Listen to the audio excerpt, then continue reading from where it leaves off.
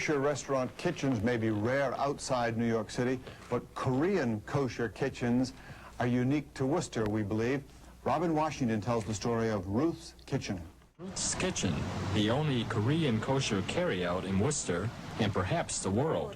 When I came to the States, my husband told me they have to eat kosher food. So what kind of food is kosher? Growing up in Korea, Ruth had no more knowledge of keeping kosher than she did of Worcester, Massachusetts. Yet, shortly after the Korean War, that changed when she met an American GI named Carl Kagan. Today, Ruth Kagan knows what it means to be Jewish more than most people. Her Worcester home is strictly kosher, yet Kagan has not forsaken her native cuisine.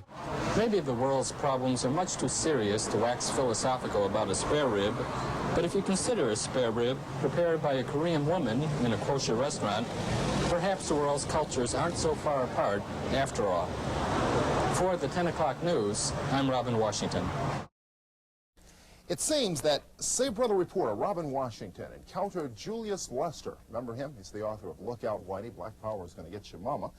In the midst of preparing for a most unexpected vocation.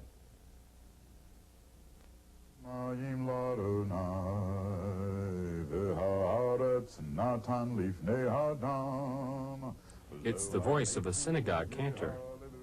Early one morning, even before Sister Moon had put on her negligee, Bro Fox was up and moving around. The voice of a storyteller.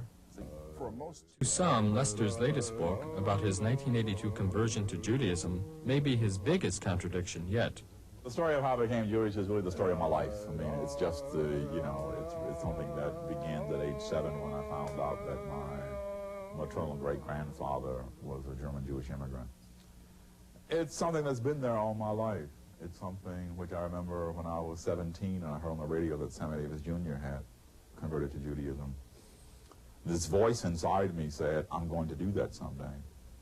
And so it's been a story of really making sense to myself, in other words, because it didn't make sense to be Jewish. I mean, who'd ever heard of a, black Jew? Sammy Davis is one thing, but me as a Jew, I mean, be serious. And it occurred to me that I really could not convert as long as I was afraid about Jews accepting me, that it had to be something that was so necessary for my sense of who I am that I would do it even if no Jew ever accepted me.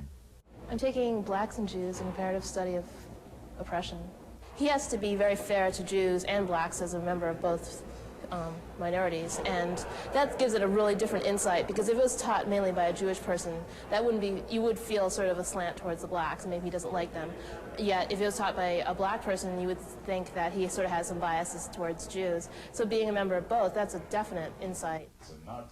Everybody does the same thing, right? Dress, eat, make love, talk, tell jokes, sing. Everybody does the same things. No human being does anything to anybody else. Culture is simply the way a particular group of people does those things. What's the big deal?